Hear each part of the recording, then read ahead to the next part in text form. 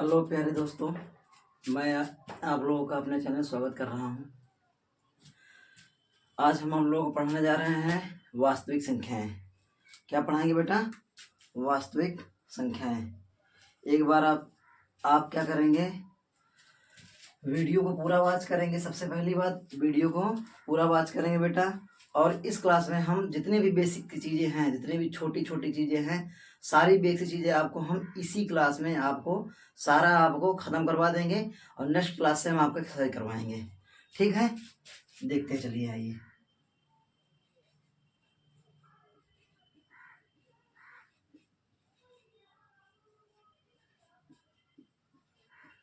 वास्तविक संख्याएं क्या है बेटा? वास्तविक संख्याएं। अब इसके अंतर्गत देख क्या क्या चीज़ें आती हैं। जैसे वास्तविक संख्या हम लोग पढ़ते हैं तो इसमें देखिए क्या क्या आएंगी। सबसे पहले देखिए यहाँ पे ये एक मान लीजिए आपको क्या हो गया, आपका एक होगा आपका परिमेय संख्या। क्या आएगा आपका? एक परिमेय संख्या। क्या आएगा? परिमेय संख्या। एक आएगा आपका अपरिमेय। क्या आएगा? अपरिमेय संख्या। अपरिमेय संख्या। और एक आ जाएगा आपका, इसी का भाग आ जाएगा आपका एक धनात्मक, कहेंगे धन पूर्णांक। क्या कहेंगे? धन पूर्णांक। क्या बोलेंगे? धन पूर्णांक। और एक आपका इसी में हो जाएगा आपका, ये हो जाएगा आपका ऋण। क्या होगा बेटा? ऋण पूर्णांक। इसी में और एक भाग हो जाएगा आपका पूर्णांक। क्या हो जाएगा आपका? पूर्णांक। सारी चीजें हम आपको क्लियर करवा देंगे इसी में। और इसी का एक भाग होगा आपका पूर्ण संख्या। क्या होगा? पूर्ण संख्याएं। इसी में का एक भाग और हो जाएगा आपका, क्या हो जाएगा? प्राकृतिक। क्या होगा? प्राकृतिक संख्याएं। क्या हो जाएंगी? प्राकृतिक संख्याएं। ठीक है, अब एक एक को बारी बारी से हम आपके सामने डिस्कस कर रहे हैं। एक एक को बारी बारी डिस्कस कर रहे हैं। आप समझना है ध्यान से। आपको बस कुछ नहीं करना है, ना आपको नोट करना है, ना कुछ करना है। बस आप सिर्फ वीडियो को पूरा वॉच करेंगे, आपको याद करने की जरूरत ही नहीं पड़ेगी। बस पूरा वीडियो ध्यान से आप देखेंगे। पहला नंबर क्या लिखे हैं हम आपके सामने? परिमेय संख्या। फिर क्या लिखे हैं? अपरिमेय संख्या। और क्या लिखे हैं? धन पूर्णांक। क्या लिखे हैं? ऋण पूर्णांक। फिर क्या है? पूर्णांक। फिर क्या है? पूर्ण संख्याएं। ये क्या है? प्राकृतिक संख्याएं। तो सबसे पहले आप परिमेय संख्या के पास चलते हैं हम लोग। परिमेय संख्या किसे कहते हैं? आपको जैसा कि बताए होंगे एक आध बार कि वे संख्याएं, किन्हें? वे संख्याएं जिन्हें P बटा Q के रूप में लिखे। किसके रूप में? P बटा Q के रूप में। जिन्हें आप कैसे लिखेंगे? P बटा Q के रूप में। जिन्हें आप P बटा Q के रूप में लिखेंगे, लेकिन कंडीशन ये होती है आपका कि Q equal to not zero. मतलब Q का मान जीरो नहीं होना चाहिए। Q का मान जीरो नहीं होना चाहिए। और Q का मान जीरो नहीं होना चाहिए। और ना ही दोनों में, क्या? इन दोनों में कोई उभयनिष्ठ गुणनखंड होना चाहिए। ना ही कोई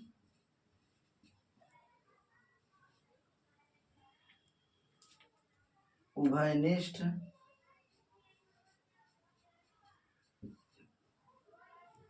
ना ही कोई उभयनिष्ठ गुणनखंड ना हो। या तो आप ये बोल सकते हैं कि दोनों का, क्या लिखेंगे? भी आपका है P और Q का उभयनिष्ठ गुणनखंड क्या हो? एक हो। क्या हो? एक। इसके अलावा और कोई संख्या नहीं होनी चाहिए। ठीक है, क्या होगा? Q equal to not zero. और कोई उभयनिष्ठ गुणनखंड ना हो। P और Q का क्या उभयनिष्ठ गुणनखंड? क्या P और Q उभयनिष्ठ गुणनखंड क्या होगा? सिर्फ एक होगा। P और Q का उभयनिष्ठ गुणनखंड सिर्फ क्या होगा? एक होगा। ठीक है, उसी को आप परिमेय संख्या बोलेंगे। जैसे P बटा Q है तो और एक चीज लिख लीजिए यहाँ पे। जहां P और Q एक पूर्णांक है। क्या है बेटा? एक पूर्णांक है। पूर्णांक का मतलब कोई ना कोई डिजिट है, ठीक है। पूर्णांक मतलब क्या हो? कोई ना कोई ये डिजिट है। तो जैसे आपका देखिए यहाँ P बटा Q है, तो P का मान आप मान लीजिए, जैसे P का मान है 1, P का मान लीजिए 1 और Q का मान आपको 0 नहीं मानना है, मान लीजिए 2 हो गया। ये क्या है आपका? कोई परिमेय संख्या है। आप ऐसे ही बोल, जितनी भी बटे की संख्याएं हैं सारी संख्याएं परिमेय संख्या होती हैं। अगर परिमेय संख्या की परिभाषा नहीं आता सुन लीजिए एक बार। वे संख्याएं जिन्हें P बटा Q के रूप में लिखें या लिखा जा सके उन्हें परिमेय संख्या कहते हैं। वे संख्याएं जिन्हें P बटा Q के रूप में लिखें या लिखा जा सके उन्हें परिमेय संख्या कहते हैं। जैसे हम आपसे कह दें क्या 4 एक परिमेय संख्या है? आप बोलेंगे यस सर, क्योंकि 4 एक परिमेय संख्या है। हमने बोला अभी कि परिमेय संख्या से लिखें या लिखा जा सके। अगर लिखे गए तो ये देखिए लिखा है पहले से ही 1 बटा 2। अगर जिसे लिखा जा सके तो 4 को आप 4 बटा 1 कर सकते हैं। कोई भी नंबर हो सभी के अपॉन में 1 होता है, बस आप 1 लिखते हैं, कहीं नहीं लिखते हैं, जरूरत के हिसाब से आप करते हैं।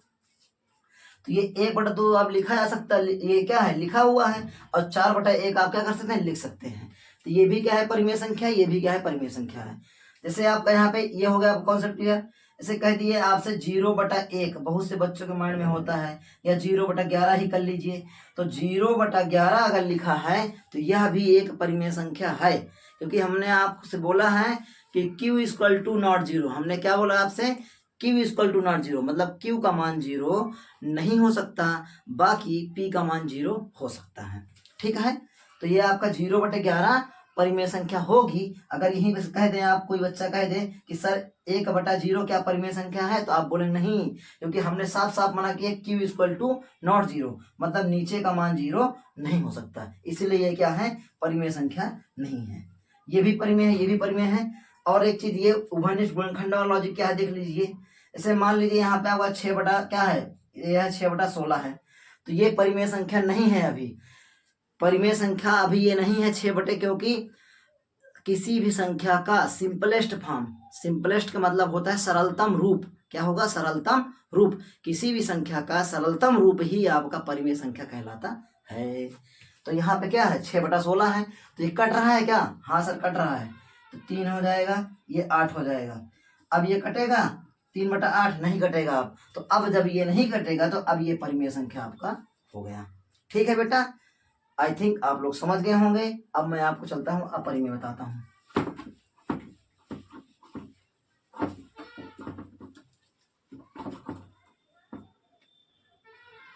अब हम लोग चलते हैं इसके पास, अपरिमेय के पास। ये अपरिमेय क्या होता है? क्या है बेटा ये? अपरिमेय। अपरिमेय किसे कहेंगे आप?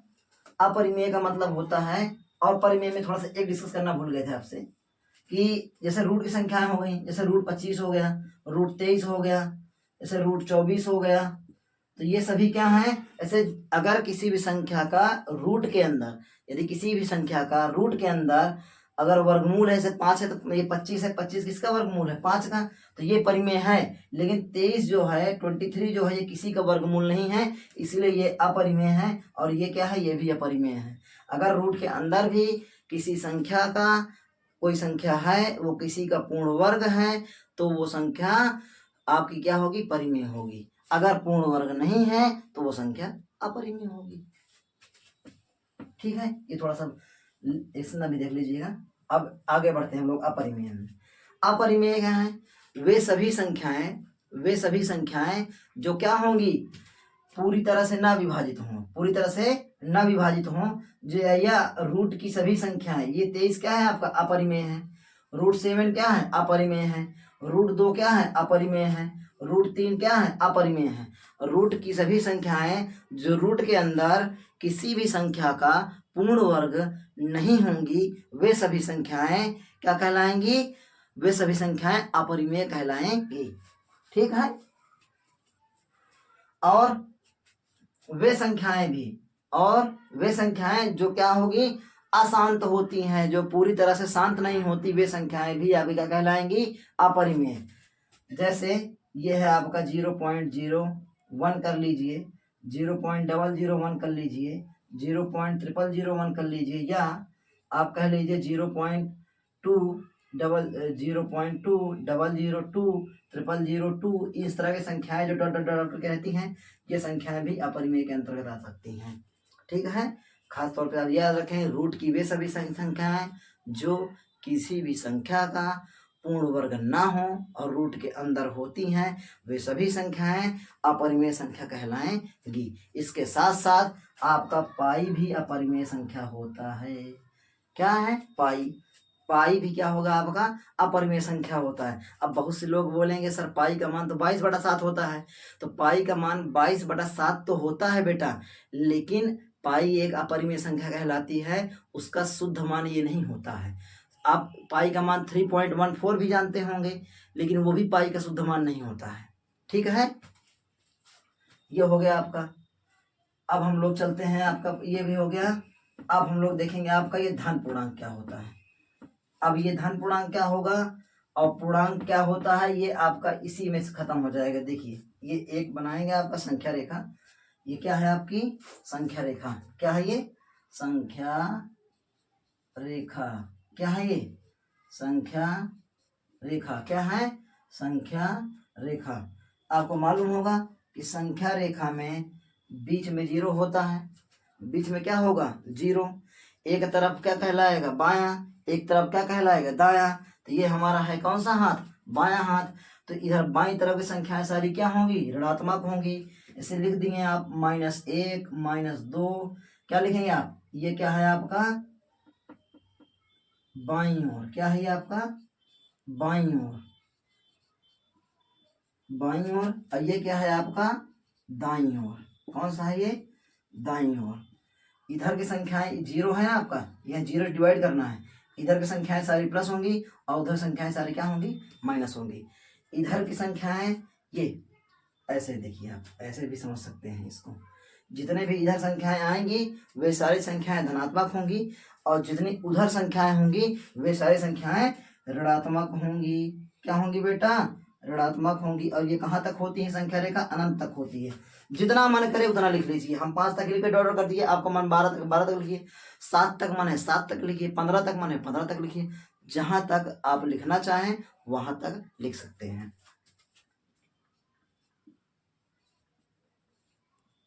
डॉट डॉट डॉट डॉट मतलब क्या होगा बताए हैं? डॉट डॉट डॉट का मतलब ये क्या? संख्याएं अनंत तक होंगी। अब फिर से एक बार देख लेते हैं। ये क्या बनाए हैं? संख्या रेखा बनाए हैं। संख्या रेखा में बीच में क्या रहेगा? 0 रहता है। और बीच में क्या होगा? 0। 0 के बाईं ओर की सभी संख्याएं ऋणात्मक होती हैं, दाईं ओर की सभी संख्याएं धनात्मक होती हैं।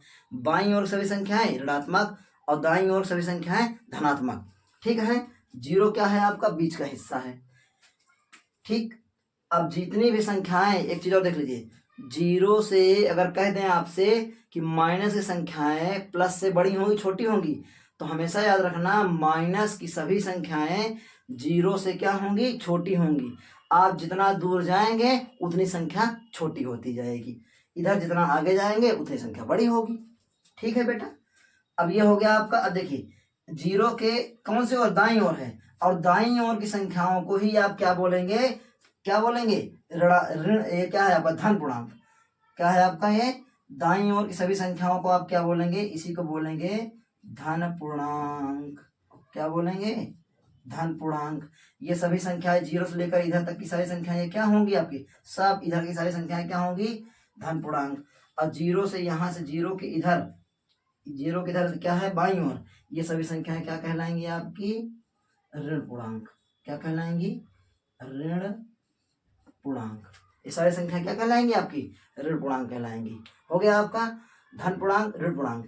और ये दोनों खत्म। और देखिए दूसरा चीज, ये दोनों संख्याओं को मिला के ही, ये प्लस वाली और माइनस वाली, प्लस वाली और माइनस वाली दोनों संख्याओं को मिला के ही जो संख्या बनती है प्लस और माइनस की, सभी संख्याओं को ही आप क्या बोलते हैं? पूर्णांक। ठीक है, सभी संख्याओं को ही आप क्या बोलेंगे? पूर्णांक बोलेंगे। ठीक है, खत्म इतना। अब चलते हैं आगे हम लोग। ये चीजें हो गई, समझ गए आप लोग? इसको बना लीजिएगा आप, ताकि समझ में आ जाए आप लोग अच्छे से। अब इसको हम रफ कर रहे हैं थोड़ा सा, ये चीज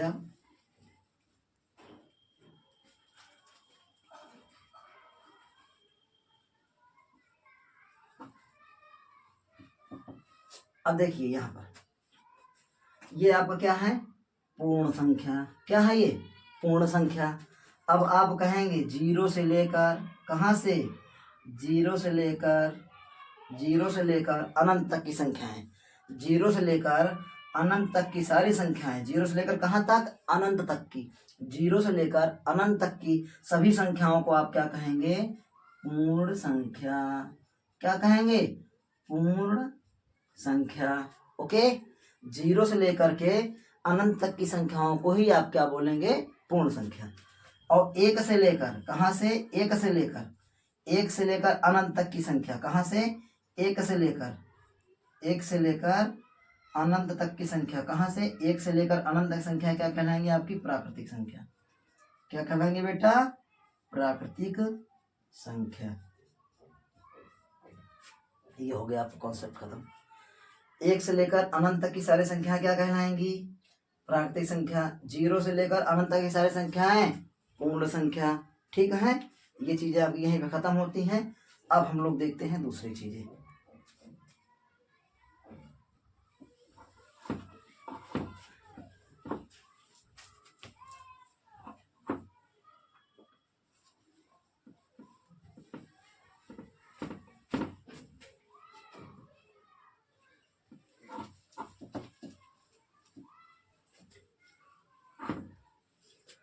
अब जैसे इसमें अब तो आगे आगे प्रश्नावली है, लेकिन इसके पहले भी एक दो तीन चीजें है, आप देख लीजिए, उसको भी यहीं पे खत्म कर देते हैं हम लोग।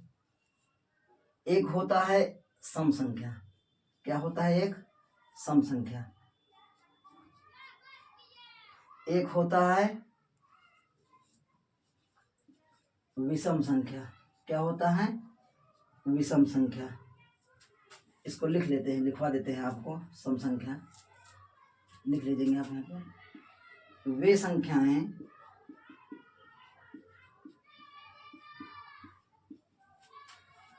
जो दो से विभाज्य हो, जो वे संख्याएं जो दो से विभाज्य हो या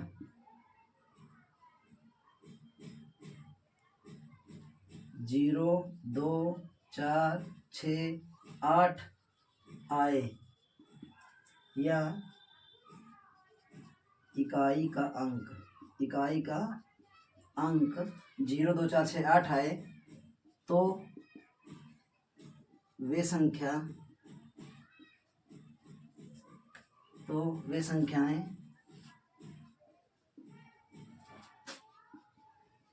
सम संख्या होती हैं। फिलहाल आपके पेपर में ऐसा कुछ नहीं आता है, आपको सिर्फ सम भी समझाना है बस आपको। तो जैसे सम संख्याएं हैं, जैसे ये हो गया आपका 10 क्या है, सम है। 12 क्या है, सम है। 14 क्या है, सम है। 16 हो गया, ये भी सम है। इसी प्रकार जितनी भी संख्याएं जो दो से विभाज्य होंगी, सारी संख्या क्या कहलाएंगी, आपकी सम संख्याएं। जितने भी संख्याएं हैं जो दो से विभाज्य होंगी, सारी संख्याएं सम संख्या कहलाती हैं। ठीक है, ज्यादा समय नहीं लेते हैं इसमें, आगे बढ़ते हैं थोड़ा हम लोग।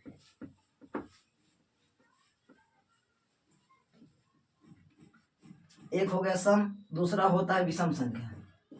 क्या होता है, विषम संख्या। तीसरा होता है आपका भाज्य संख्या। क्या होता है, भाज्य संख्या। चौथा आपका होता है अभाज्य संख्या। क्या होता है, अभाज्य संख्या। क्या होता है, अभाज्य संख्या। पांचवा आपका होगा, हो गया भाज्य। एक होता है आपका सम अभाज्य संख्या। एक आपका हो जाएगा सह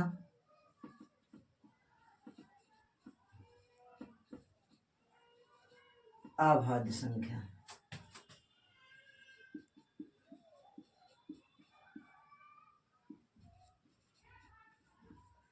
ये क्या है आपका सह आभास संख्या।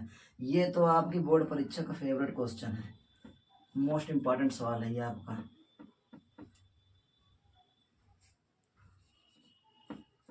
मोस्ट इंपॉर्टेंट सवाल है ये, बोर्ड पिछली बार बोर्ड परीक्षा में पूछा गया सवाल है आपका ये, कि सह आभास संख्या क्या है। पूछा गया था आपका कि सह आभास संख्या क्या होती है। सह आभास संख्या क्या होती है। देखिए सम संख्या बता दी आपको। विषम संख्या कैसे कहते हैं, जो संख्याएं दो से विभाज्य नहीं होंगी वो विषम संख्या है। जो संख्याएं दो से विभाज्य ना हो, जैसे जो संख्याएं दो से विभाज्य नहीं होंगी वे संख्याएं विषम संख्या होंगी। जैसे 1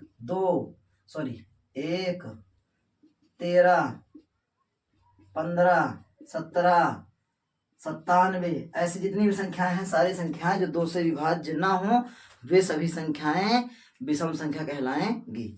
आगे क्या है भाज्य संख्या। क्या है भाज्य संख्या।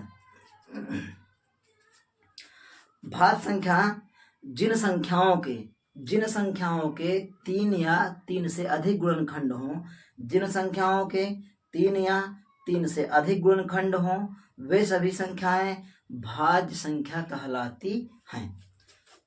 जैसे देखिए, जैसे आपका देखिए 4 है तो 4 के गुणनखंड क्या क्या होंगे, 4 1 से कटेगा, 2 से कटेगा और 4 से कटेगा, तो कितने हुए 2 से अधिक। हाँ से बोले 3 हो या 3 से अधिक, कितने हो 3 या 3 से अधिक। 3 या 3 से अधिक या 2 से अधिक, भाई 2 से अधिक कहेंगे आप तो 3 से 3 ही आएगा, 2 के बाद क्या आएगा 3 आएगा। और या ऐसे बोल सकते हैं आप कि जिनके वे संख्याएं जिनके 3 या 3 से अधिक गुणनखंड हो वे संख्याएं भाज्य संख्या कहलाती हैं। 4 है, 4 काहे से कटेगा, देखिए 1 2 4 भाज्य है ये। इसी प्रकार आप ले लीजिए 27 को, 27 काहे से कटेगा 1 3, फिर उसके बाद 9 और 27 से कटेगा। विषम तो है ये, विषम देखिए विषम और भाज्य चीजें अलग अलग है दोनों, विषम और भाज्य अलग अलग है। विषम का मतलब 2 से ना कटे और भाज्य का मतलब ये होता है चाहे किसी से भी कटे लेकिन उसके गुणनखंड कितने होने चाहिए 3 या 3 से अधिक होने चाहिए। अभाज्य क्या होता है, वे संख्याएं जो किसी से न कटें, वे संख्याएं जो किसी से न कटें, या आप यूं बोलिए कि वे संख्याएं जिनके सिर्फ और सिर्फ 2 गुणनखंड हों, एक और स्वयंवह संख्या, एक और स्वयंवह संख्या, वे सभी संख्याएं अभाज्य संख्या कहलाती हैं।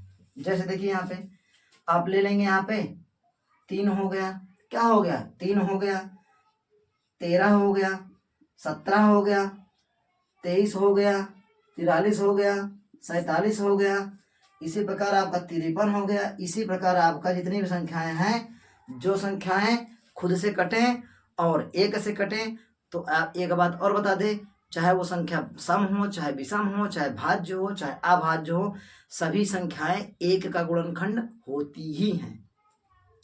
और जब अभाज्य संख्या की बात आएगी तो कोई भी संख्या एक तो कटेगी ही, और एक के अलावा किससे कटेगी, खुद से कटेगी। तो वे सभी संख्याएं जो एक से और खुद से कटती हैं अभाज्य संख्या कहलाएंगी। ठीक है बेटा, आगे बढ़ते हैं। अब ये क्या आ गया, समाभाज्य संख्या। समाभाज्य संख्या सिर्फ कितनी है, सिर्फ एक ही है जो आपकी 2 है। 2 एकमात्र ऐसी संख्या है जो सम भी है और अभाज्य भी है। अब हम लोग के पास आते हैं, हम अब सह संख्या। किसके पास आ रहे हैं, सह संख्या। इसको थोड़ा हम और डिटेल में देखेंगे क्योंकि यहाँ से बोर्ड एग्जाम में प्रश्न आया है और पिछली बार ही आया है। इसको नोट नहीं करना है, बस समझिए आप पूरा। आप पूरा वीडियो बेटा जरूर वॉच करेंगे, पूरा वीडियो वॉच करेंगे तो आप सारे कॉन्सेप्ट आपके माइंड में सेट हो जाएंगे।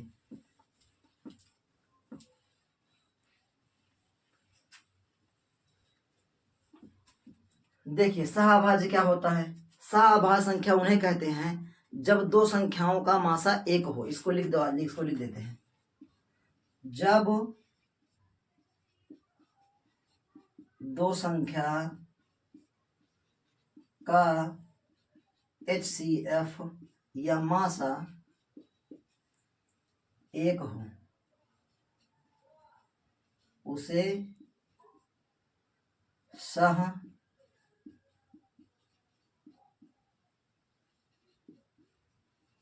अभाज्य संख्या कहते हैं। ठीक है बेटा। वे जब दो संख्याएं, और देखिए सहाभाज्य संख्या हमेशा पेयर में रहेगी, सहाभाज्य संख्या हमेशा जोड़े में रहेगी, हमेशा जोड़े में रहेगी। दो संख्याएं रहेंगी हमेशा, और उन दोनों संख्याओं का मासा यदि एक हो, उन दोनों संख्याओं का मासा यदि एक हो, जैसे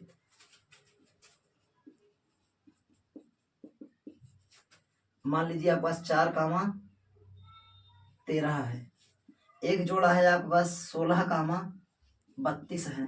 ठीक है, हम आपको दोनों दिखा रहे हैं, दोनों में से कौन सहाभाज्य है, कौन सहाभाज्य नहीं है। इसको अगर देखना है तो देख लीजिए कि स्क्रीनशॉट मारना हो मान लीजिएगा।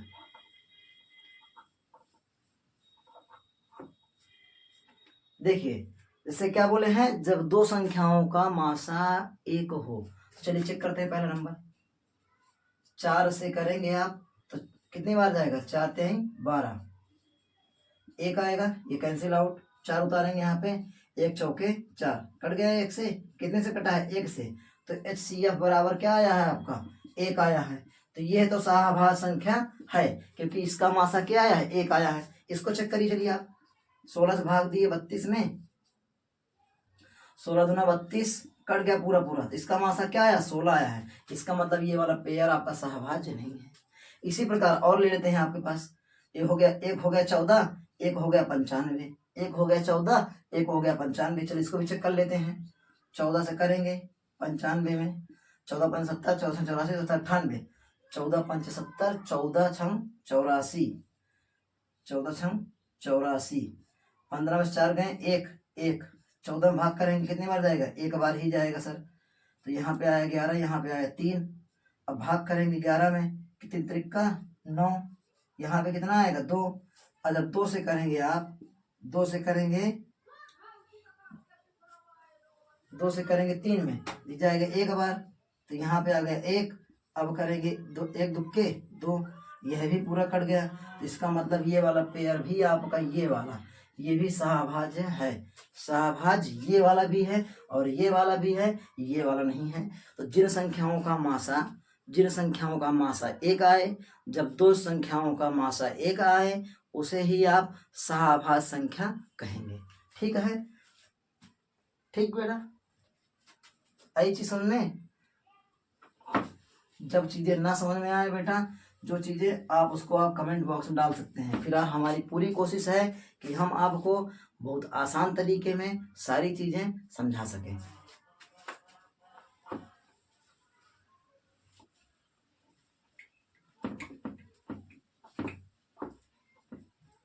अब समझ गए होंगे आई थिंक आप लोग।